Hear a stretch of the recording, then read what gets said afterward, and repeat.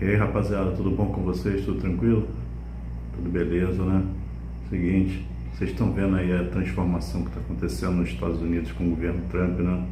Como é que eles estão partindo para cima dessas organizações aí do Deep State americano, né? Que era uma espécie de governo das sombras, né? Que eles trabalhavam nas sombras, principalmente contra os republicanos, né? Que é o partido do Trump, né? Que eles são todos de origem democrata, né?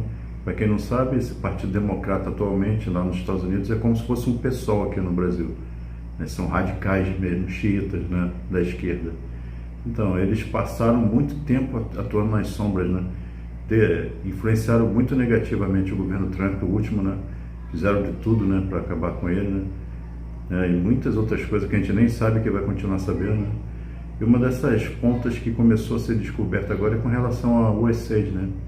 Essa organização que a princípio era destinada a fomentar os recursos financeiros para ajudar as pessoas ao redor do mundo, né? Em vários tipos de situações, né? Tipo assim, os flagelos da África, né? E muitas outras coisas, né? Mas que na verdade era só um plano de fachada. Ele foi usado para fomentar a quebra de países, né? Ideologia de gênero, né? Esses movimentos aí que tem aí de diversidade aí, né? Tudo para prejudicar os países, né? Para destruí-los por dentro, né? Inclusive o próprio Estados Unidos, né? Aí isso me faz lembrar um pouco, voltar no tempo, né? Do meu amigo Tiago, né? Do Lucas, quando a gente conversava no trabalho há muitos anos atrás a respeito dessas coisas, né? Que a gente era tido como teórico da conspiração. Ah, nesses caras com esse papo maluco deles aí, né? Por exemplo, um desses papos malucos aí foi que meses antes de acontecer aquele problema lá de 2020, né, que todo mundo sabe, né, que a gente não pode falar aqui, que senão a plataforma derruba a gente já havia comentado aquilo ali. A gente sabia exatamente o que ia acontecer, aquilo a gente falou com pessoas próximas, né, o pessoal tudo debochou da gente, né. A gente falou que já tinha até a vacina disso aí na época, que a Israel já tinha produzido a vacina, que esse acontecimento, né, que aconteceu nessa época era tido como uma arma química, né? Foi produzida para ser uma arma química que acabou dando aquele problema lá naquele laboratório, lá daquele lugar, né? Lá do Oriente, né? Então, a gente já sabia disso tudo e agora, a gente que era o teórico da conspiração, está vendo tudo isso aí acontecer.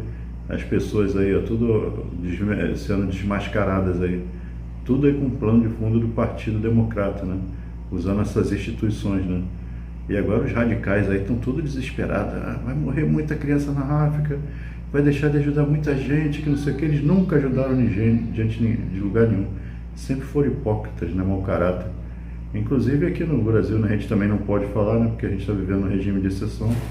A gente não pode falar as coisas, né, infelizmente, né. A gente tem que foi cerceada a nossa liberdade, né. Mas a gente sabe, né, o que aconteceu, né. E está chegando aqui, né. E tu sabe que o Elon Musk, né, tem uma rusga com o pessoalzinho daqui, né. Pois é, né.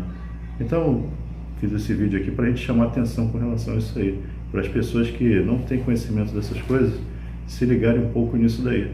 Aí eu vou deixar agora na sequência um vídeo excelente do Leandro Ruschel, né, um cara que mora nos Estados Unidos, muito inteligente, que está por dentro de todos esses acontecimentos aí. Aí ele vai dar uma palhinha para a gente, inclusive com pano de fundo das coisas que aconteceram aqui no Brasil, né, com relação às mídias, né, que o pessoal tanto fala, né, não, que vocês têm que ouvir a notícia, né, tem que se basear nas notícias. A notícia dessa mídia comprada a gente falou a vida toda e sempre fomos taxados de teórico, né, de falando besteira, né, ficar acreditando em mentira, tanta coisa, né, e agora está sendo tudo desmascarado, esses caras aí estão tudo sendo desmascarados, né. Então vamos ouvir uma palhinha do nosso querido Leandro Ruschel aí. Essa ideia de liberdade não era mais interessante para o projeto de poder autoritário. Liberdade de expressão não combina muito bem com qualquer projeto autoritário. E resolveram, então, utilizar todos os seus braços. Financiamento de academia, financiamento de milhares de ONGs, de mídias independentes, de jornalistas, de veículos de imprensa tradicionais, de todos os formadores de opinião que tem na sociedade, não só de opinião, mas de próprio senso moral, para defender a ideia de que uma internet livre deveria ser encerrada e que nós deveríamos ter, então, uma internet regulada para impedir que coisas ruins, né, fossem faladas nessa internet. Mais importante de tudo, esse mesmo movimento identificou que esses populistas autoritários, que na verdade é um movimento de direita, que você deve ter ouvido já algum militante de redação que está diretamente ou indiretamente ligado a esse projeto, chamar de extrema-direita, que esse movimento era a maior ameaça à democracia e que ele deveria ser combatido de todas as formas possíveis. Não só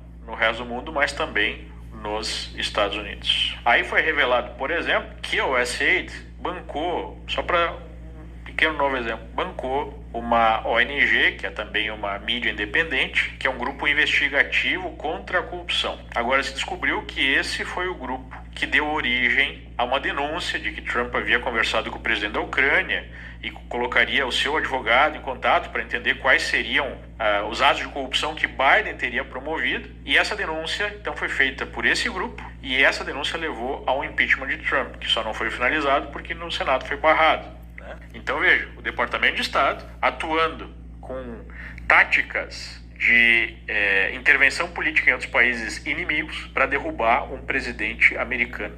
Diga-se de passagem, o que o Trump estava querendo investigar foi algo que também foi financiado pela USAID. O Biden foi até a Ucrânia quando ainda era vice-presidente e ameaçou o governo ucraniano de bloquear uma verba de $1 bilhão se o procurador-geral da Ucrânia na época não fosse retirado do cargo. Ele deu a desculpa, a justificativa que esse procurador era um corrupto. De onde viria esse $1 bilhão da USAID? O que foi provado depois, que veio à tona depois, é que esse procurador, na verdade, estava investigando uma empresa chamada Burisma.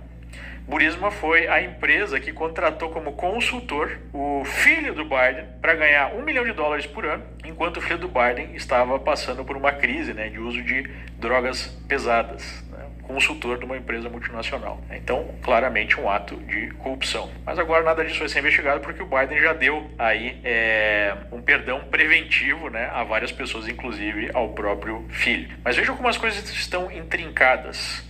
Como é que isso se apresenta no Brasil? Isso se apresenta no Brasil como a maior onda de repressão política da história. Então, se nós estamos vivendo no Brasil uma onda de censura, de perseguição política contra a direita, isso é derivado direto desse movimento que foi promovido aqui nos Estados Unidos. Tá entendendo como isso impacta a sua vida? Se você abrir lá a Globo News, por exemplo, né, ou a Globo, qualquer órgão da Globo, e você lê as matérias, você vai ver que toda a mentalidade que é aplicada para perceber o mundo e reportar como o mundo funciona é baseado justamente nessa agenda globalista. Então você vai ver um sujeito que vai operar sob o ângulo do identitarismo, do racismo estrutural, do ambientalismo radical, da necessidade do Estado regular tudo, a necessidade do Estado intervir em tudo. Ele falará disso. Essa onda globalista socialista é um pouco mais avançada do que a anterior. Então tem uma certa liberdade de mercado aí para algumas pessoas, para algumas empresas que estão alinhadas com esse projeto, com esse sistema. Se a gente vai ver lá o pessoal do Fórum Econômico Mundial, que é um dos grandes think tanks, uma das grandes organizações que está ligada a tudo isso, que promove, né, as ideias por trás disso tudo, nós vamos ver uma defesa de uma certa liberdade de mercado para conseguir criar valor e sustentar essa sociedade, né, autoritária. Se nós formos parar para pensar, esse modelo não é um modelo muito diferente, esse modelo econômico não é um modelo econômico muito diferente do modelo fascista, né, em que você tinha uma certa liberdade de mercado desde que essas empresas não contrariassem o poder. Então, quando veio toda essa ideia de ESG, Environment, Social and Governance, ou a DEI, né, que é da diversidade e tudo mais, nada mais é do que uma forma de você criar um grupo muito restrito de empresas que podem seguir essas políticas e tirar o resto do mercado. Então, é um mercado restrito aos amigos do regime e definindo, sendo utilizadas essas empresas para forçar a goela abaixo da sociedade, uma agenda que é